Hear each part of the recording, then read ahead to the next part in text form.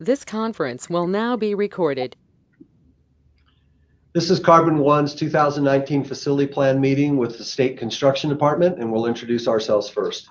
Hi, I'm Raj Davi. I'm the accounting analyst here. My role in the facility plan is kind of just helping everybody out with everything, whatever they need, especially things that concern the AIM database. Amber Leach with planning, and my role is to assist the districts on documentation for the facility plan meeting for today. Troy Decker, planning. My responsibility is to make sure that our facility planning process follows state statute, rules, and regs. We capture everything we need in it in order to report to the commission and to the select committee, and then also part of a budget team that makes recommendations to the commission for consideration. I'm Michael Burnett with SFD. I'm a project manager in the design and construction division of SFD. Bob Herzog, project manager. I'm attending as a guest today. I'm Paul Severson. I provide leadership, coordination, and calibration to the project management team. Here in particular, I'm here to support Michael Burnett as the regional project manager for the district. Jesse Martinez, facilities director, CAR01. Brian Bartz, business manager for the district. All right, well, welcome this morning. Thank you for joining us. So I'm going to go ahead and I'm going to turn off our video camera so we get some good streaming, don't have any issues there. So the first part of this is more housekeeping than anything else. But Brian, like yesterday, we had a new superintendent in one of the districts, and I kind of flew through like crazy. And so I'll slow down just a little bit today. And Brian, even though I had some fun with you earlier, nicknamed you Mr. Question, you asked all the questions you need because it's important for you to understand this process thoroughly. And we're here to help you in whatever needs you have. And we're excited for you being with CAR01 and appreciate you teaming up with us and asking those questions. So with that, guys, we're going to go ahead and move forward here. I did highlight Brandon Finney. Is he going to show up? Don't know. Thank you for asking that. What we'll do is we'll just keep him highlighted. Then sometimes he's able to join us here. But if not, I'll remove him at the end. So with that, we'll go on. One of the things that I like to tell districts, and it's true, every once in a while the governor's office will call over and maybe ask for a facility plan, or maybe a legislator will. So what we try to do is we try to make these as intuitive as possible. So we bring in images, we bring in, we capture images out of the database, and so that if someone just sat down, just like you, Brian. As you're new here, I don't know if you're able to see last year's years before, but it really helps new district personnel know what's been discussed, what the issues are from year to year, and it's a really good written record of what's going on. So that's what these are for, to be intuitive, to be succinct, and to be complete enough where someone can have a really good understanding at least of what was discussed in the past. And what's important to the district and where the state is with regard to prioritizing budget reports and stuff like that. One of the things, yes. Jesse, of course, on the high school project, we'll have to see if Google has a new shot because, of course, it still shows a lot of the old high school that's not there anymore. Yeah. We'll keep searching. Eventually, they'll update it. Google will update it one of these days. Yeah, I think this was just within probably the last 30 days. So, but yeah, each year we'll try to update that. Thank you for that observation. So one of the things that started doing last year with Charlie is he started going to the county GIS websites and starting to pull off the latest data on land ownership. And that's been really good, and we're really using that as the authoritative information. And we've been telling districts, if there's something different that you think you have, then go talk to the county, get it straightened out. Once that's straightened out, we'll verify it, and that'll be your new acreages. So for years and years, it was just self-reported. So anyway, the other thing we've done is just brought on some Google Earth images, and it's nothing fancy at all. It's just, here's your campuses, and so just have I can tell that's Little Snake River by that the color of that building's top. even though that's not the school. So anyway, so that's what we've done there. District has reviewed acreages and verifies accuracy. This is very important for your WDE payments because it impacts your groundskeeper allowances. So thank you, district, for verifying that. That's interesting. I don't have anything there.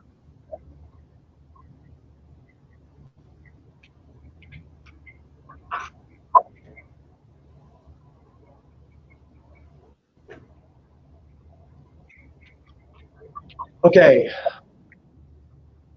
You guys, lease building, RS lease building, after school building. So property, you guys have verified property profiles. These are important because it has to do with allowable square footage and your major maintenance payments. So thank you for doing that. And then it also affects your WDE block grant operations and maintenance payments. And so we get each year the WDE gets the October 1 or first day of October numbers for enrollment, sends it to us in about December. Takes them several months to scrub.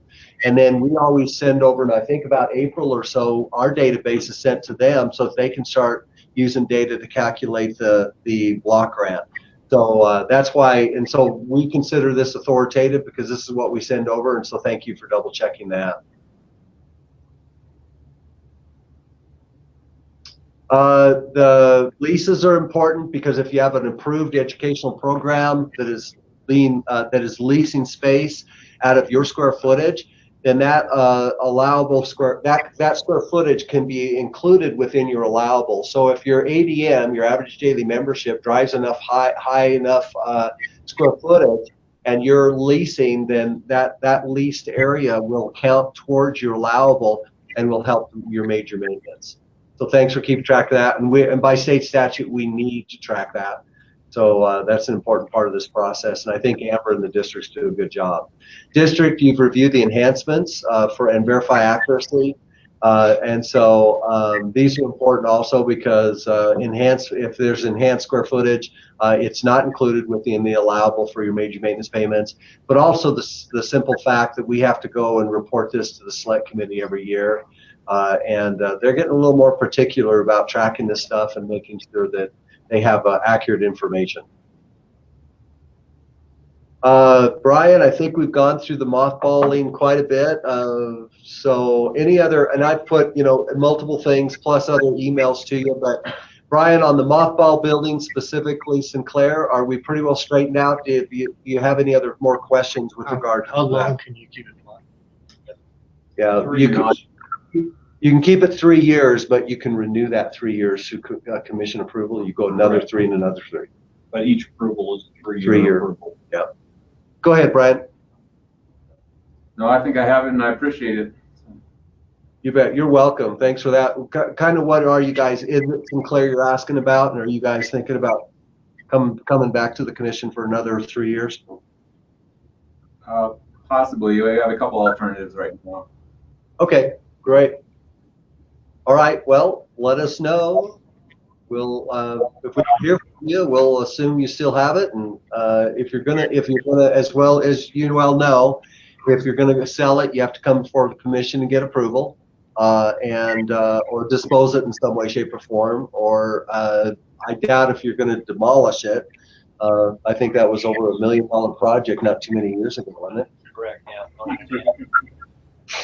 So they need to do that as an information item or as an action? No, that's an actual, if they decide to sell it to someone, dispose it other than demolition, whatever they do with it, they're going to come from the commission. If they want mothballed again, commission.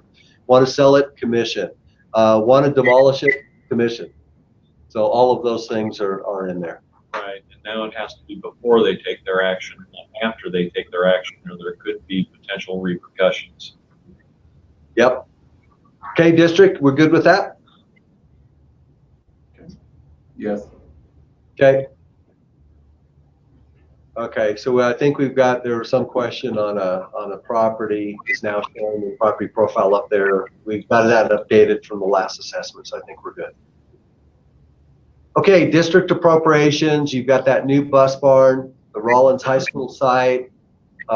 You basically got work in progress. So both projects, we just talked right before the meeting with Michael.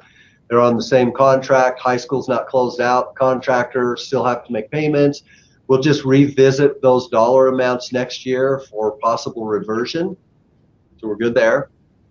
And then 1191, your asbestos abatement, the old Rollins High School, that's complete, and we're going to go ahead and revert the remaining 200 and some thousand. Any questions on that?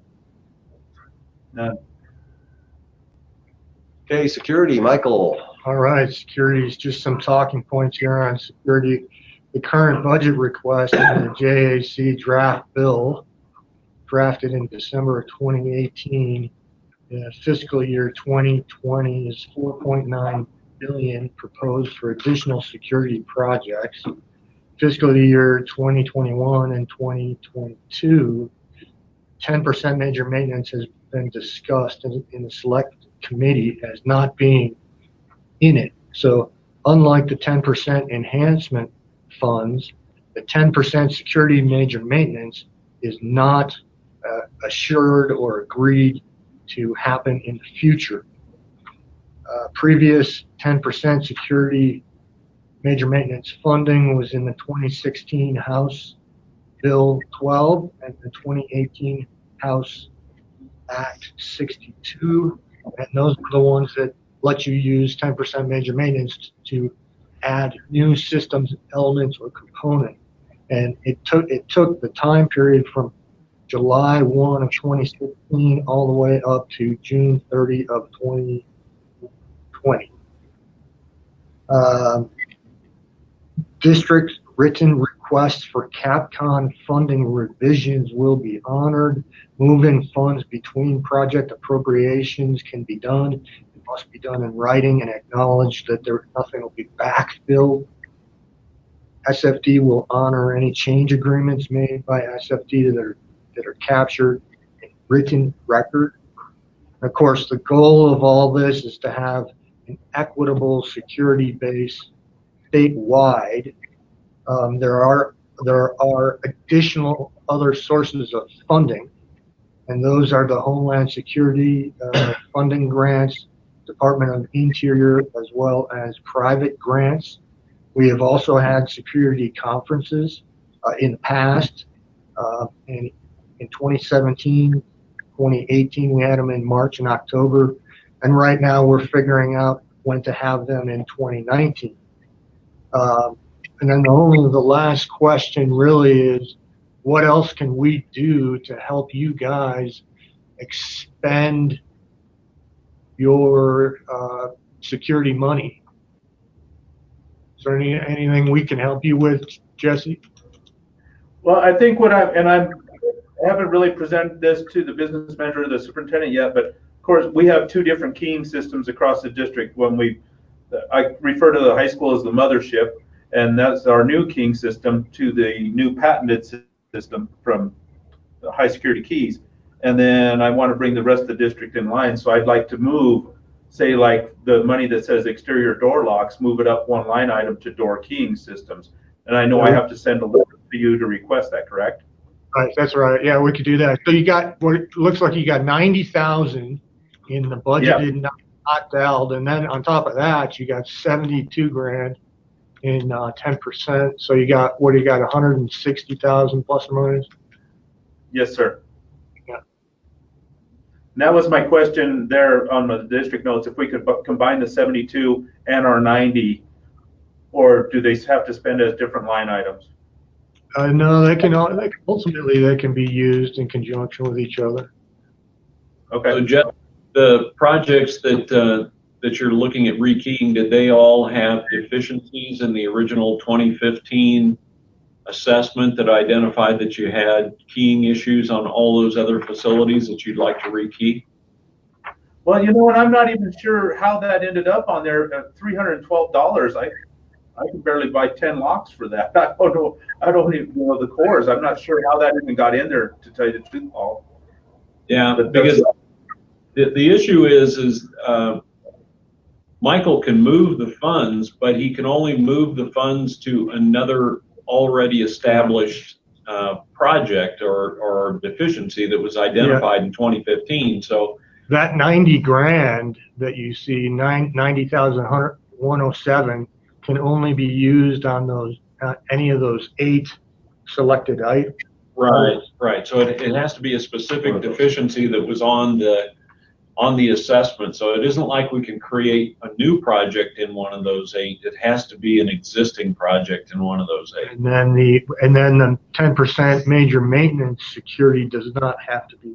No, yeah, the 10% security, you can create things that don't exist.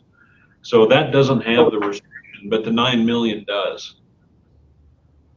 So, okay, I'm following you. I think the security for the upper line item stuff where we still have the 90 sitting there, and that was a thing that was identified in, I guess I have to figure out which plan. That's not our 1 through 5 deficiencies. That's a security develop plan. Is that where we're at? Well, it's the 8 items that were funded. I can email a list over to you this afternoon. Showing you. Thank you. Yeah, but we're happy to move that to whichever of those funds that were identified. It's just that we can't put them to something that wasn't identified in that original assessment. That's the limitation we have. On that 90 grand, yeah. Yeah, we can't let you create a project. It has to be working on a project that was identified in the assessment. And there's more latitude on that 72,000, 10% security. So for example, Jesse, you could do, site fencing or something, which is clearly not one of the 8 that was funded. And so the 72 grand, 10% major maintenance, you have a lot more latitude on what you can use it on. Okay, that email that you send me will help me identify what I can do with that 90,000, if anything. I get the 72 is pretty easy, and more latitude, I get it. Thank you. Yeah. So if any money was generated for door keying systems on a building, doesn't matter if it's 2 cents. If it was generated there, he can move as much money as you want there. That's correct. But if you have a door keying system and it generated 0 money in a building, you can't move the 90 to that element if the building never generated any deficiency. That helps as well. Thank you. Yeah. Okay. Sounds good. So be careful. This is just a comment on the 10% security.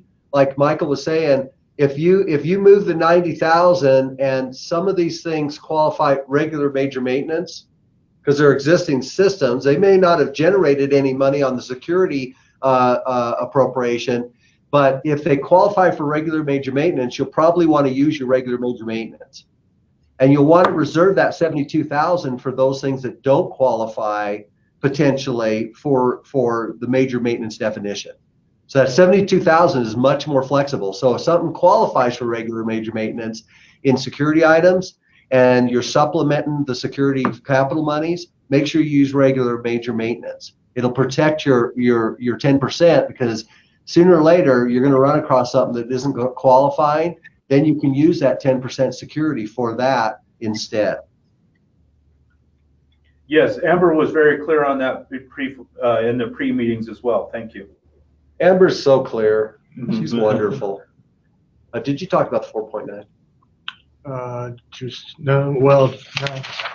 Where are we at with that? So the 4.9 is proposed as additional security projects, and at this point, we think it's still surviving. Yeah, it's still surviving, and however, but it's going to be limited to 8. No. The 4.9 would be to all 20 items.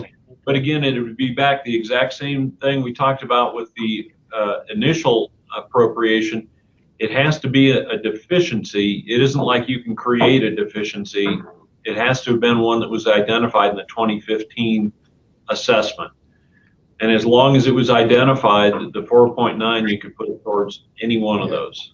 And then we're talking about being able to do the same thing with the remaining amount of the 9 million, but that went away. Yeah, they are keeping the focus of the original appropriation on the original 8 items that were identified. So unfortunately, we asked for latitude to be given to you guys, and they basically, thus far, have not granted that. Yeah, and that 4.9 million is that proposed is still alive and is still waiting to get finalized by the legislature. You know, guys, I don't. Go ahead. Is that saying that they think there's still that much security projects out there that were assessed the first time that didn't get completed? Is that kind of where we're at? Yeah, Yeah, for sure. they're rebelling a little bit against that. The legislature's saying, hey, listen, if these people aren't going to spend money, then why are we giving more money? So, and I think the next time around here, I think it'll be a better picture because districts are getting the understanding that you need to spend it. And if you don't spend it, then it gives the legislature hesitancy to provide any more.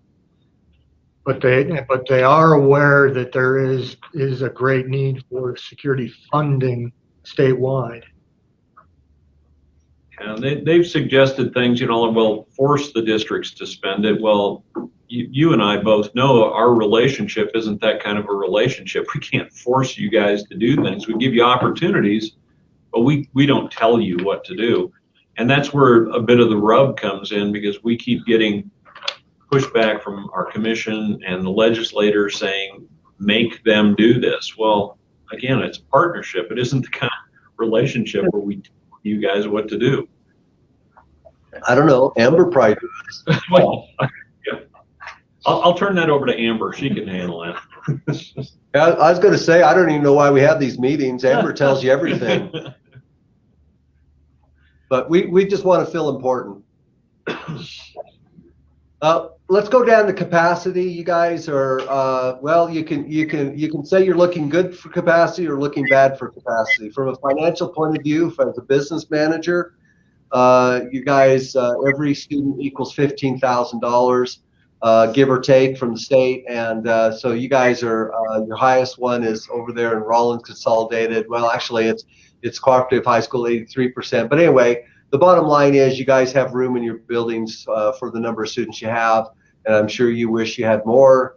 I think most districts do, because it helps you provide more resources. So we do have 2 enrollment projection sheets, and Brian, I'm going to slow down just a little bit to explain these. Jesse, you've heard this multiple times, but what we do is we every year we get data from WDE, and that's on this first spreadsheet, and every year we get reported per grade, per building, the exact number of students from WDE. And here's the 2018 report from WDE and the totals per building, and then each of the grade levels and how many students are in them. So that's the first sheet. The second sheet to these things is then we transfer that data over here, and our methodology goes back 10 years of trailing data. So we go 10 years back and we look at that data. And then what we do is we project out based on those known data points. We project out to see what would happen. This is mathematical formulas. So just because there's a trend going on right now in your district, and if that trend continued, you guys would be without a job in about 20 years. There wouldn't be no students there. But we know that's not true. So don't get excited about the projections. They're just following a trend, and if the trend was sustained, that's what would happen. In your community, we don't think Rollins is going to dry up and blow away. So how this works then is 2008 kindergarten advances to 2009 kindergarten. 2009 kindergarten advances to, first grade, 2009 kindergarten to 2010 first grade. So you can actually follow these grades. And we call them survival rates, and the changes in the number of students that go from one grade to another is called a survival rate. And you basically stair step them down, and you can go from kindergarten through 12th grade and see what that class did. So what we do is we take 10 years from each grade, kindergarten first grade, kindergarten first grade, kindergarten first, and we take 10 years of that data and we average it, and it shows us what your survival rate is over the last 10 years. So you guys, from kindergarten to first grade, you have a 94% survival rate, which means 6% of those students are not going on to first grade that you had enrolled within kindergarten. There's 2 reasons for that usually. One is the district may have some kind of program where if a kindergartner is not developmentally ready for first grade, they'll actually hold them back. And keep them another year. They may have something that it's a program where they really weren't really ready for kindergarten, so they hold them in 1 year and then they advance them to kindergarten and advance them on. Or you have students, or a combination thereof, of students moving out between kindergarten and first grade, and so they're no longer within the district. I don't know how well you guys know your school district there. I know Mike would probably have that answer, but what are your observations with regard to loss from kindergarten to first grade? I wouldn't know, and I'm not sure if Mr. Bartz is up on that totally. I have a question there when I'm looking at it. Why are we, and it's CAR01, but why are we showing Wamsutter as up in the listing there? Well, thank you for asking that question. I probably should look at this. This one is, you know what? So let's go back for just a second. On this one, I've actually, thanks for asking that question, really good one. In this case, we're in the middle school, high school, and the Wamsutter students come to the middle school, high school. So we actually include the Wamsutter student enrollments in order to get accurate projections that show the fact that your middle school and high school get those students. Do we bring Wamsutter Middle School in? Okay. I knew we did high school. I wasn't sure about middle, but yes, Brian's confirmed we do. Okay. Excellent question. And let me back up to the first one here. This is just, and we kind of do something a little bit different for your elementary. So we wouldn't take like Little Snake River or Wamsutter's Elementary, because they don't show up in elementary in Rollins. So we've actually eliminated those. So your in-town schools over here, we only have your in-town schools. You remember Pershing and Mountain View and all that stuff. So we actually did not include Wamsutter or Little Snake River in your elementary. And so we try to do the enrollment projections in the in-town school or schools in and of themselves to get an accurate reflection of what those numbers are. Does that make sense?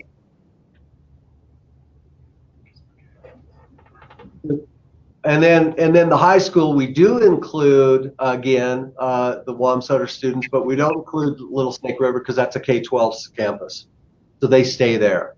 Your cooperative high school is an independent high school, so we include those as well. All right.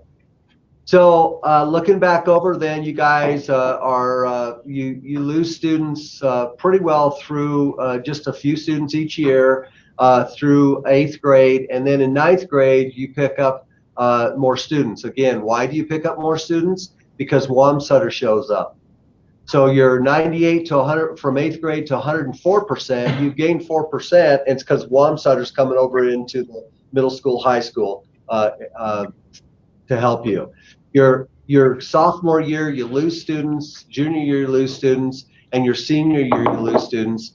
So you guys, it's a difficult situation in Rollins because you're only gaining 1 year. That's your freshman year. Every other year shows a loss of students as they work through from kindergarten to 12th grade.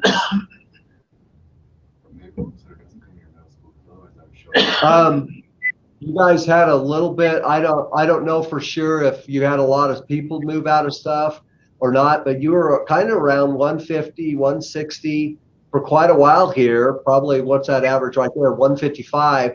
In the last 2 years, you guys have fallen off in your kindergarten. So that can only be one of two things: birth rates have decreased, or you guys are actually losing students because people are moving out of Rollins. And then your district. Go ahead. Just a second, and Mr. Bartz just asked this question again too. We're really not sure, and then of course, because he's new and this is something I really don't follow, but I'm not sure we have middle school kids coming in from Wamsutter. Otherwise, that number would be higher when they came in. I know we have high school kids, but I'm not sure about middle school. Sure. Let's look at that. So we report. Let's see here. Yeah, your kid. Okay, so you're saying that would be 6th grade, right? Yeah, 6, 7, 8. Let me see if I can answer that. So Desert Elementary School, yeah. Well, that's a really good question. Do you or do you not have those students show up in your school? They are being reported through, it looks like 7th grade. Yep, 8th grade. So actually, at least 3 students, 5 students, 6 students, 6 students are did not show up in 6th, 7th, and 8th in your high school. That's correct. But notice that in 9th grade, 100% of them are no longer there because they don't have anything past 8th grade. So those students for sure are showing up in your numbers for the high school. So I think you're correct. All right, we just want to make sure that we're all on the same page. Okay. So looking at your numbers then for the overall, you guys have dropped a little bit. Your last 2 years have been fairly consistent, but you do have that smaller kindergarten moving up, and you guys are around the 1550 mark, give or take. So hopefully that's leveling off for you. I don't know, guys, your economic situation, Jesse, there, but hopefully you guys have kind of leveled off and won't see too much more decrease, and hopefully you'll see an increase in the coming years. It's been a cold winter.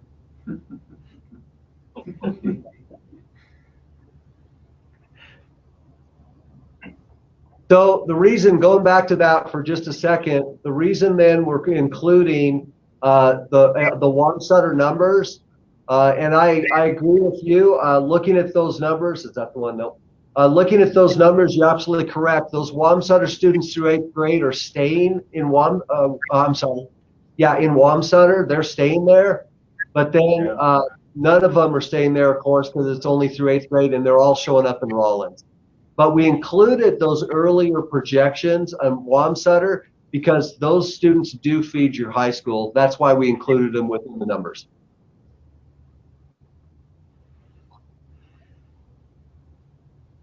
All righty.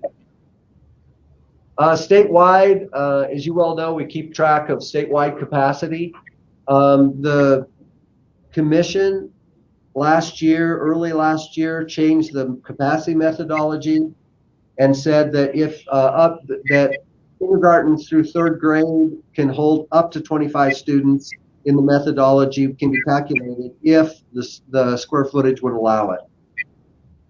But they got a bunch of pushback from districts.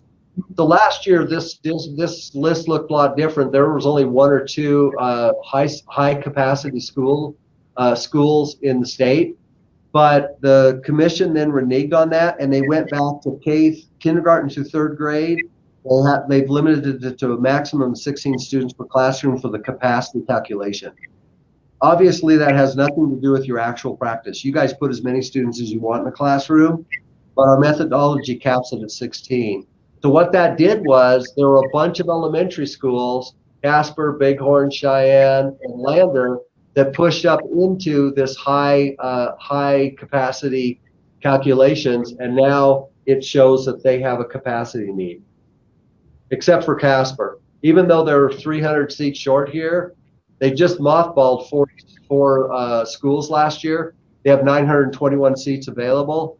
So those are non-construction alternatives. So obviously we wouldn't be asking for money when they have 921 seats in closed buildings available.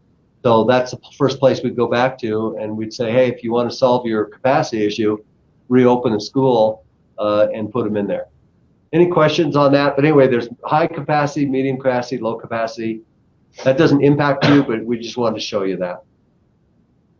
I just said you guys have sufficient capacity for your enrolled students. Brian, are you originally from Wyoming or somewhere else? I'm from Iowa. Iowa? It's a good place. Yep. Charter school, you guys don't have a charter school, so there's nothing talked about there.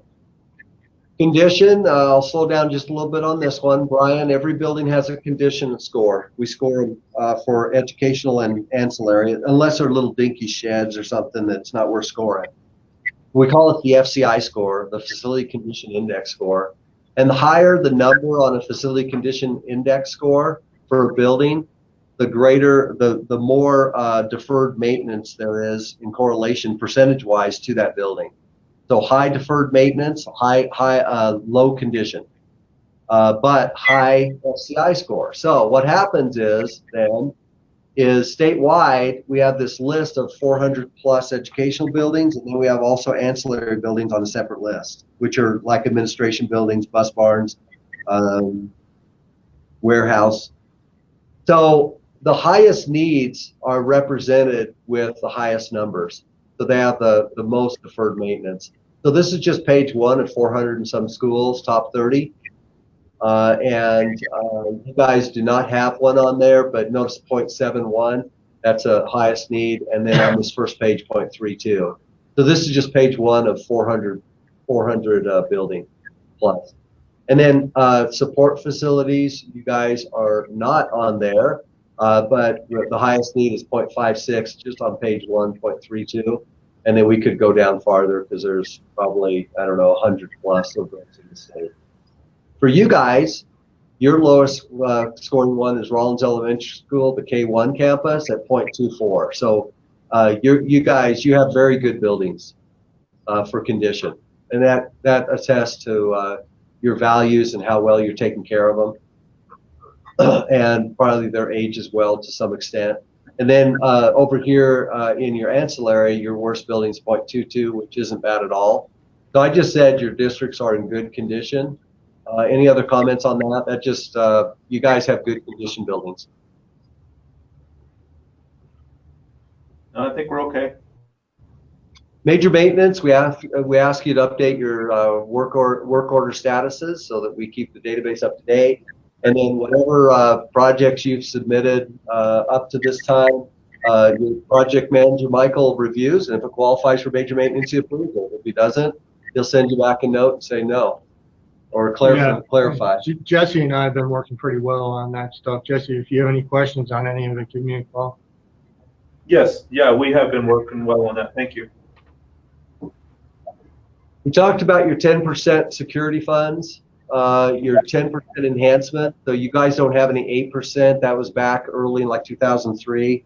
But the major maintenance formula basically says that out of your major maintenance payments, you can spend up to 10% on enhancements. What that means is probably buildings or things that don't necessarily qualify within the adequacy standards, such as, I always give the same example every time, but field lights for a sports field or teacherages. That 10% allows you to kind of have a little more freedom. Still has to qualify for the major maintenance definition, but it can be a building or an item that doesn't fall within the adequacy standards, and that gives you a little bit of freedom there. Did you say our teacherages as well in that calculation? Or we could use that in 10%? That 10%, yes, you can spend 10% monies on teacherages for enhancements. So say my teacherages need the roofs replaced on them because there's, shingles are getting bad. I could use that, apply for that. You betcha. Okay. By golly, we knew something you didn't, Jesse. We're pretty excited. Well, yeah. So yeah, do use that. That's a resource for you for those teacherages if you have needs. Again, we told you we just kind of like to have this as a kind of just illustrative, but this is just last year's priorities for major maintenance guys, from your greatest expenditure to your least, and it's just illustrative within your facility plan. We don't have to talk about it necessarily, but and then there's just a building by building breakdown. We just like to provide that as illustrative of last year's priorities. This is a really important thing, and of course we tell districts that you've got low condition scores, and you've got about 10 of them here. 1 being failure crisis, 2 being poor, and every year we have legislators ask us in committee. They'll ask us, hey, are these people really spending money on their low condition scores? Are they prioritizing their highest needs with their major maintenance first? So what we start doing is, there's a 4-year stint between our condition assessment. So what we do is we put out the low condition scores and we let districts speak for themselves. So if anybody asks for how is CAR01 doing it and are they spending money, we just let you guys speak for yourself. We'd send them this and they can look at your responses, and if they have questions, they can call you. That's how we handle that. And then I think almost the last thing on this portion, and that is that in 2016 was our last condition assessment.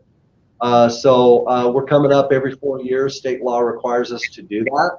So this fall, we're going to put together the scope, and then we're going to hire a consultant to go out and reassess all the buildings in the state of Wyoming for school districts. And then the important thing for you guys to know, a couple of things. Number one is that we're going to have some training for you guys. Jess, did you attend that last time in Casper, the training? I don't believe I did. No, I did not. Okay. Well, I'm sure Amber told you you're required to attend this year, right? Sounds good. Actually, it's next year. Yeah, it's next April, and we just have April 1 here. But sometime next April, we're going to have training for you guys. It's only 4 hours in Casper, and we kind of try to do it central. But please attend, and we'll walk through the condition assessment, the tool. I know you've seen it. How the independent consultant, third-party consultant gathers data. And the really important thing is that you guys, it's really important for you to understand the tool, how it's used, how it's scored, and the importance of your role within that assessment. So when they show up on site next year, we ask you guys, don't hand them the keys, and at the end of the day, they hand them back to you. You go with them side by side through every single building, every single room, and you give them all the information that you have, so that those assessments are as accurate as possible to reflect the work you've done or the lack thereof. Correct.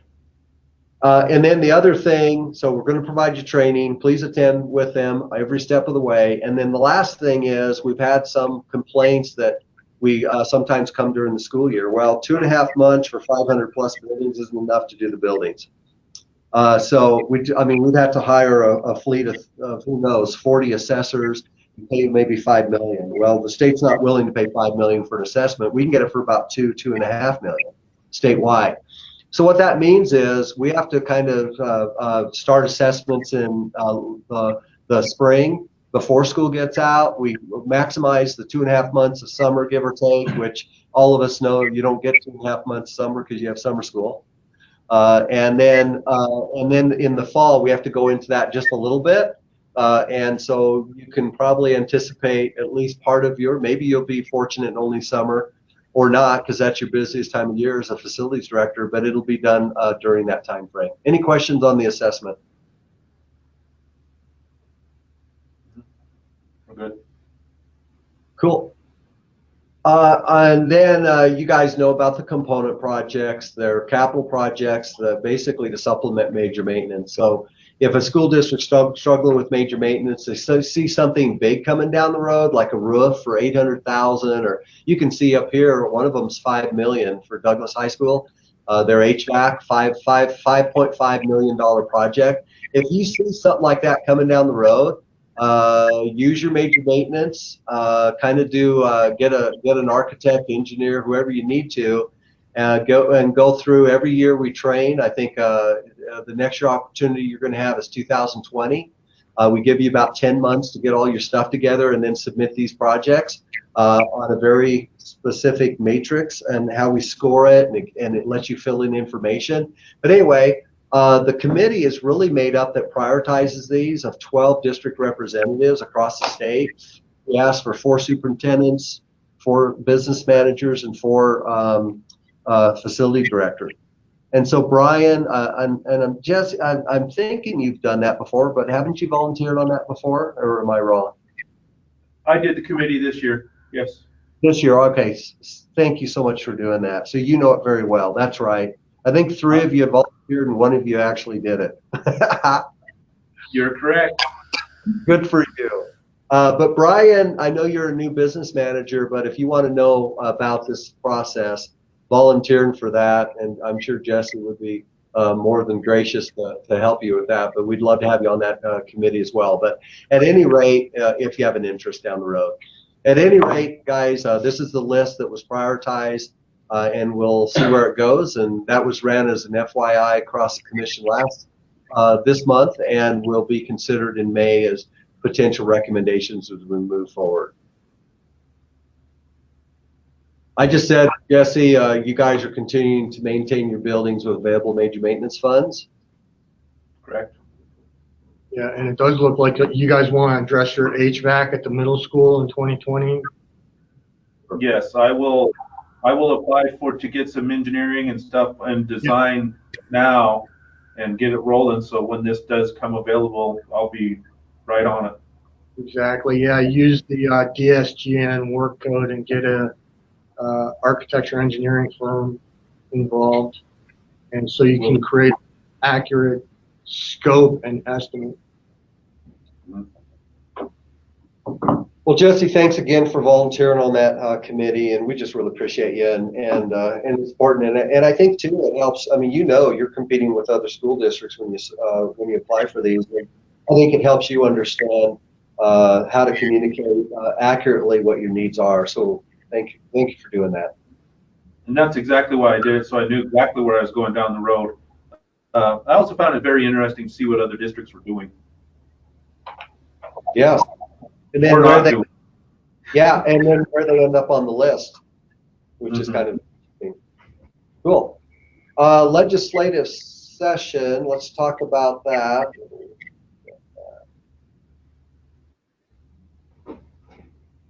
Maybe it's not going to fit.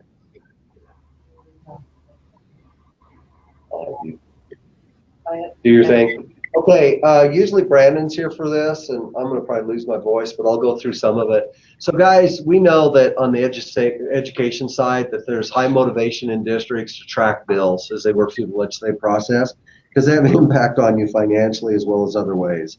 And so last year we recognized that some of the bills we're going to talk about here are tracked through the WASBO site, and I think they do a really good job at that. So last year and this year, we've been tracking some that may or may not, some of these are not on that list that from an educational point of view, you're tracking. These are more specifically facilities related. So with that, let me go through them real quick. If it's red, it's dead. And if it's green, it's still alive, or at least as of last Friday. Public works contracts, and some of these I don't know as much as Brandon, so I may not have a lot of information, but House Bill 52, public works contract. Architect is to write specifications for products that are available from Wyoming resident suppliers. The bottom line of House Bill 52 is Wyoming legislators want Wyoming money to stay in Wyoming. And so they're upping the ante with regard to requirements for specifications to provide, if the services or products can be provided in Wyoming, they want that money to be spent in Wyoming. Procurement amendments, you guys are probably, obviously, when you guys go out with major maintenance or other needs, there are requirements you have to follow with certain dollar amounts. So what we found was that for counties, for cities, for districts, for state agencies, for University of Wyoming, for community colleges, everybody was operating on different state statutes with regard to procurement. So what happened was they got a stakeholder committee together from different people across state, and they made recommendations in a bill to go through the commission to the select committee and so forth. And what it was is just to make sure that everybody basically is on the has the same requirements, and there's not all these different requirements for different entities in state statute for procurement of service providers. And so, and also some of the things like the bonding, or when do you have to get three bids or proposals to compare? When do you have to advertise? Those were all based on, some of them 40, 50-year-old numbers. So they updated all those, and so I think it's going to help. Bonding goes up to $50,000. We don't know if this will be the final bill or not.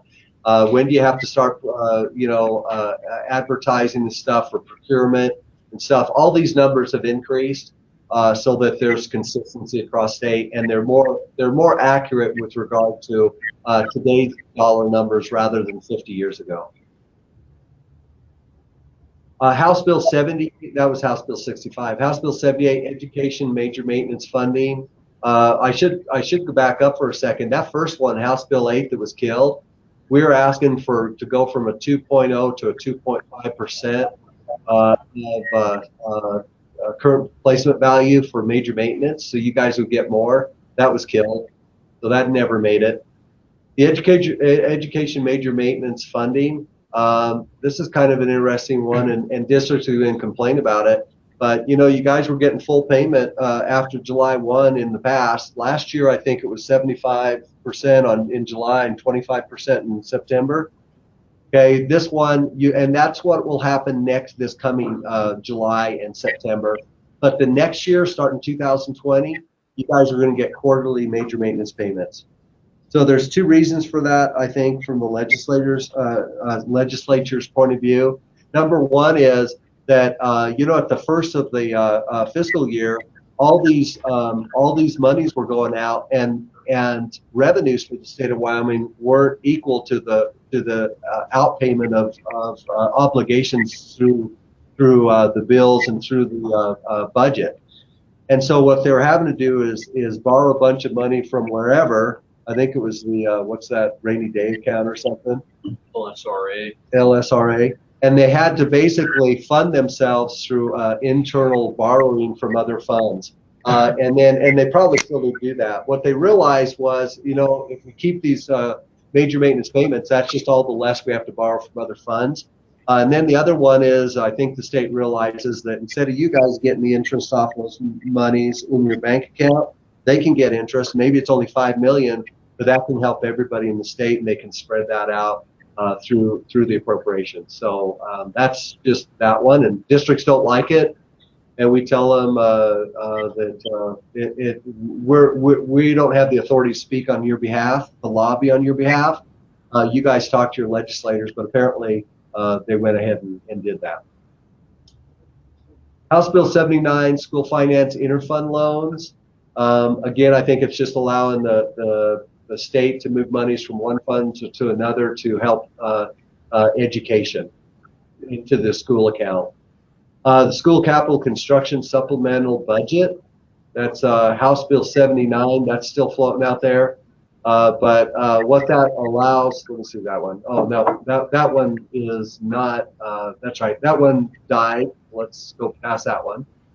House Bill 94, construction contracts and indemnity provisions. Paul? Actually, I got a little more learning on this one, but basically what it's doing is it's aligning the indemnity responsibilities of all parties, contractors, district, states, and bonding companies.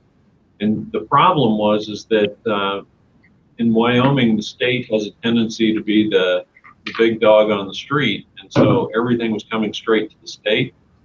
And now we're basically going to redirect it back in the form of a traditional arrangement of indemnity like you'd see in other states. And so what this is trying to do is remove the state out of being the middle of the indemnity issues and put it back to a more traditional approach like we see all across the country outside of Wyoming. So it would apply to the contract holders, those who... Yeah, quit running to the state is basically what it's asking. Follow the process, don't come running to the state. And we know that the state has a tendency to be very reactive to when something occurs, sometimes maybe a little too reactive. Then that second one. Let's see, the next one. Contractors final. Yeah, what that is there's been a lot of complaint by the contracting industry that funds have been withheld without cause. And what this is doing is it's basically putting a limitation on how long funds can be held unless there is a stated cause for the funds being held. So it's basically, this would be pointed at the district. So when contractors' pay is being withheld and no stated cause, basically it would prevent that from occurring, or the person holding the funds would be held liable for losses as a result of it. So the district's case, it's if you've got a contractor and they're owed money, you're supposed to pay it. House Bill 152, Wyoming Underground Facilities Notification Act. You're supposed to call before you dig. I think people were digging before they were calling. And this ups the ante and the penalty for that. But it also requires architects and engineers to put within their plans, to literally within the plans themselves, that they are the contractors to call before they dig. County Zone Authority, this doesn't really apply to you. That's Senate File 49, but it's kind of interesting, so we'll share it with you anyway. There's a private school in Jackson, Teton County, and they bought a piece of property, but property in Jackson is rare and small, not as large as you'd like. So they want to build a school on that property, but the county said, hey, the zoning requirements say that you as a private school have to follow the same thing as any private business owner would do. And it had pretty stringent zoning requirements, what they could or couldn't do in the project, in the design. So they went to their legislators and were able to get a bill. And what this bill says is that private schools can have the same leniency as public schools with regard to zoning requirements. So it would bring them into a different requirements so that they can actually put more and maybe go higher and do more square foot for the building on that limited site. Senate File 53, Government Contracts, Labor Organization. I don't know, I'll just read it to you. I've never understood this one. Prohibiting government entities from including specified terms related to labor organizations agreements in construction-related contracts. Basically just saying you can't mention union requirements as part of a specification, because that's not within state statute to even deal with that. So long and the short, we're saying keep it out of the contract. It doesn't mean that it doesn't have to be adhered to. It's just not the state's responsibility to be involved with it. So it's not a condition in the contract that's mandated. Okay, right. Good. That's a good explanation. Public records, they've kind of, I think that Senate File 57, I think they've kind of shortened the time that you have to get, you guys have public record requests, and so do we. And I think it's just adjusting the duration and the fact that you have to deliver, and makes it a little more important that entities don't just blow off public records requests, that there is a greater accountability to get that out according to state statute. Senate File 64, School Safety and Security. This will impact you guys if it goes through, obviously. WDE is in consultation with Homeland Security, AG's office, State Fire Marshal, and the State Construction Department, basically is to create a model for school safety and security guidelines, and that'll pass down to the districts for requirements for them in developing and applying those guidelines. It looks like it. Oh, did it fail?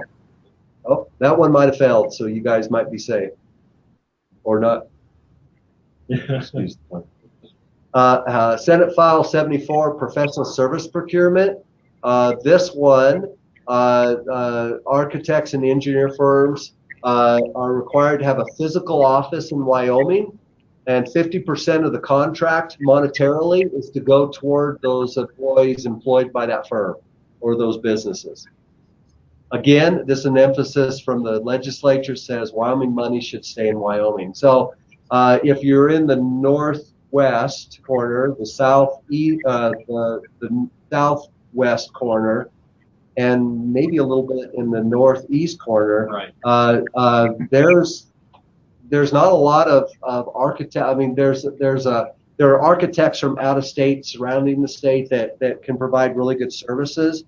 This is going to start kind of maybe limiting that and require more architects and money to go into in-state architects.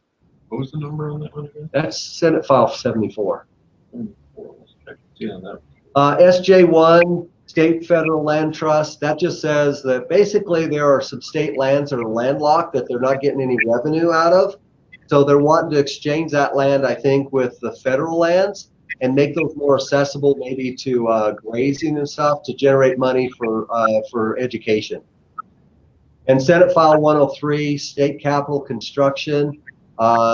This is kind of interesting one for what it's worth. You guys, we have several years ago, 3-4 years ago, the School Facilities Commission was combined with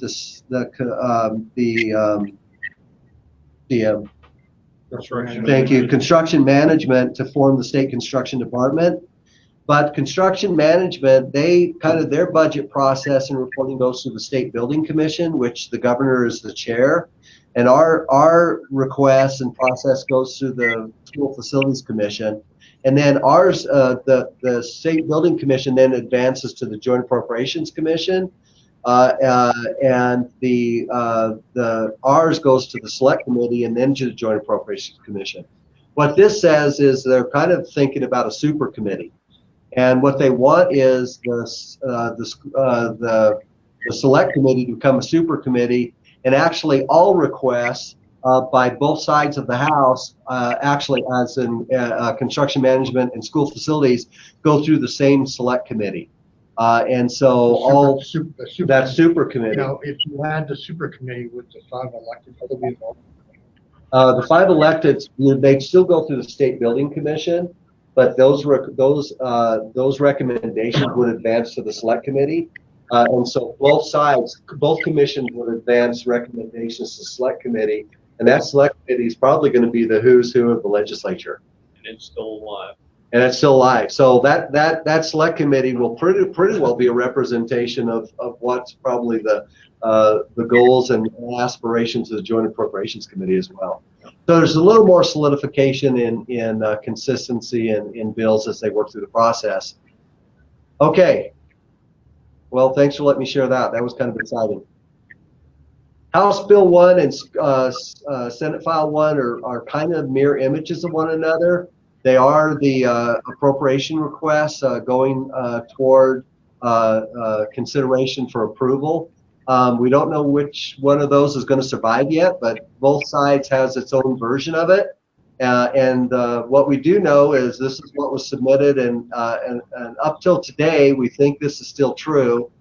So this is what kind of is working through and has worked through, and I think is represented still, as far as we know, in both those sides of the House. The satellite high school in Rock Springs, there's one in there for a new satellite high school.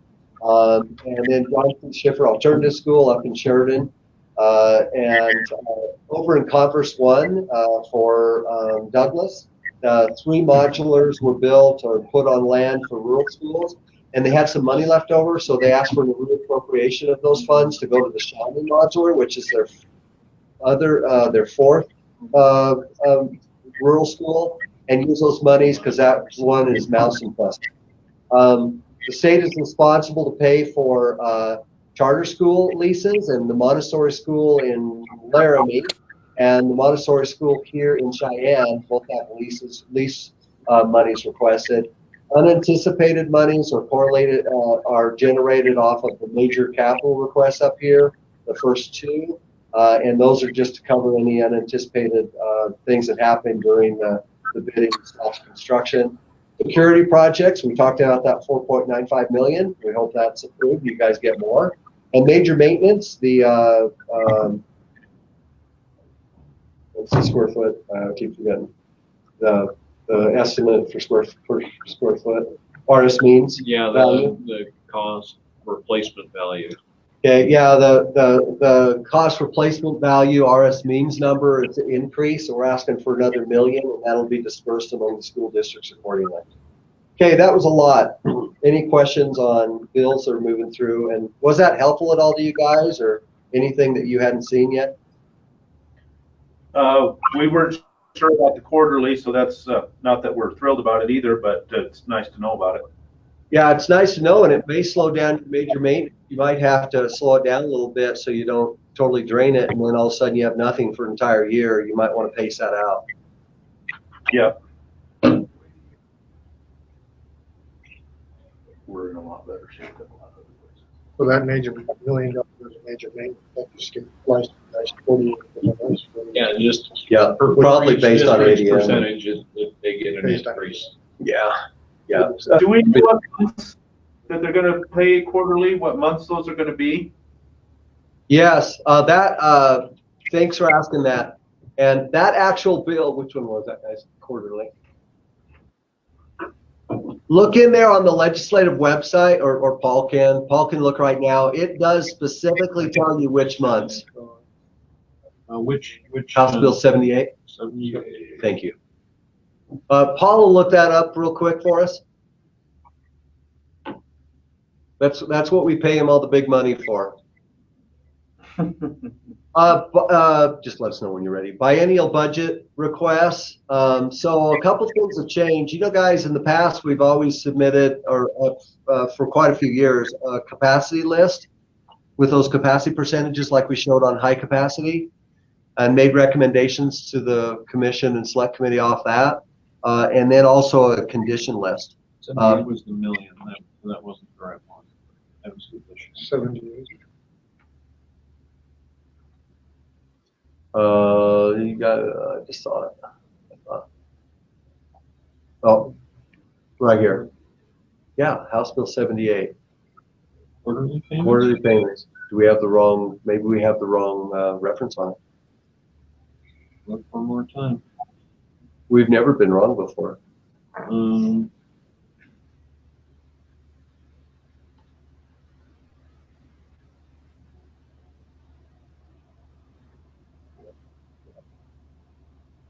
Latest.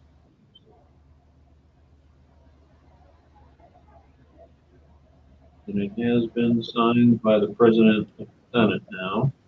It's actually signed by the governor on last week. Oh, was it? Yeah. Okay. I hope.